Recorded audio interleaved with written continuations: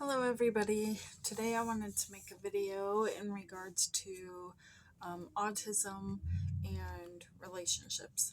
Autism, ADHD, and um, relationships. Particularly,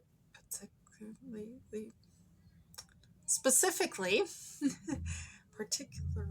I don't know.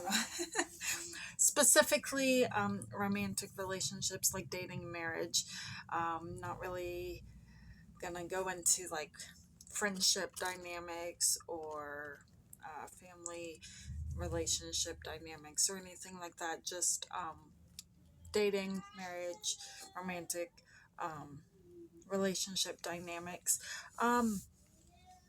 Because I find that this is very important to kind of recognize. And I've been wanting to make this video for a while and just haven't. So I'm making it now.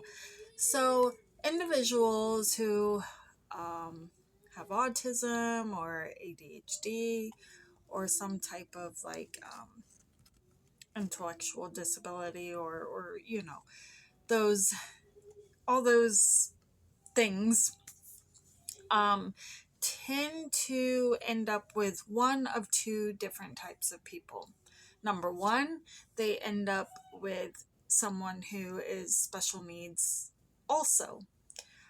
So maybe an autistic individual will end up with another autistic individual, or an autistic individual will end up with someone with ADHD, or, that dynamic. And when that happens, it typically can work out for the good because there's more understanding and like more of that whole functioning the same way almost, at the same time, there's because of the spectrum of it. One can struggle in certain areas but the other one doesn't, and in a sense they understand that and understand each other, but in another sense they don't, because they're not really dealing with the same thing. But then again, no two people are the same. You're not going to end up with someone just like you, and that wouldn't work out either, I don't think. But that's how you want it to go. That's kind of ideal. You want to end up, if you're autistic or ADHD or something like that, you want to end up with somebody that also is autistic or ADHD or something. That's kind of ideal. Um, it is possible to end up with a neurotypical person.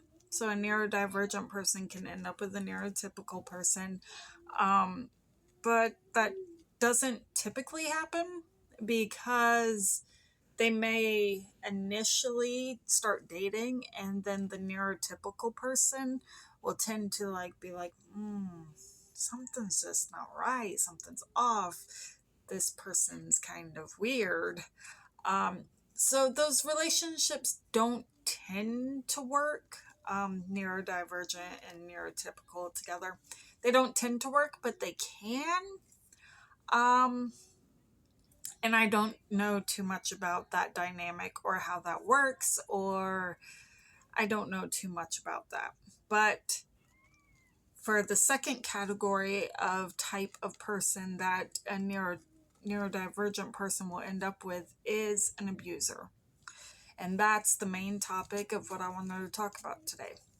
So, neurodivergent people are targets. They're the perfect targets for abusers. We're talking about abusers of all types, but specifically narcissists. So, narcissists look for supply, and their easiest supply are neurodivergent people. And this goes all the way back to school. If you are a neurodivergent person, you most likely It doesn't mean you did, but you most likely got bullied in school.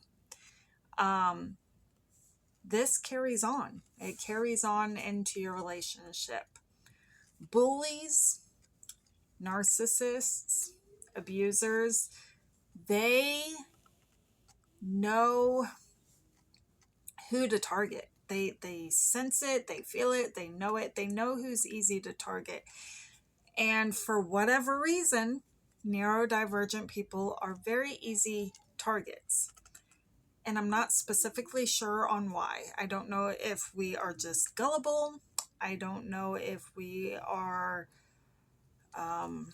slow to process what is being done to us mentally, emotionally, physically. I don't know. I just don't know why we are easy targets, but we are. So a lot of neurodivergent people may be with an abuser, specifically a narcissist. So if you know people who are neurodivergent or you are neurodivergent, it's really important to analyze the partner. Narcissists, they feed off of neurodivergent people easier than neurotypical people, because neurotypical people tend to really catch on faster, I guess, I suppose. I will do like a whole nother video on narcissism, because there are some things I do want to touch base on in regards to some videos. They're fighting. I don't know if you hear the kittens meowing, but they are fighting. But there's some videos. Yeah, you come to me. You come to me. Oh. There are some videos in regards to talking about what narcissists will never do, what they don't do, such as help around the house. And I do want to touch base on a video in regards to why that isn't true. And I think I just might make that video right now, but like in a separate video than what I'm doing right now. He still has his umbilical cord. All the others fell off. They're 2 weeks old and he still has his. I wonder if something's wrong. But yeah, so those are the two types of people that neurodivergent people tend to end up with. And I just kind of wanted to put that out there. So yeah.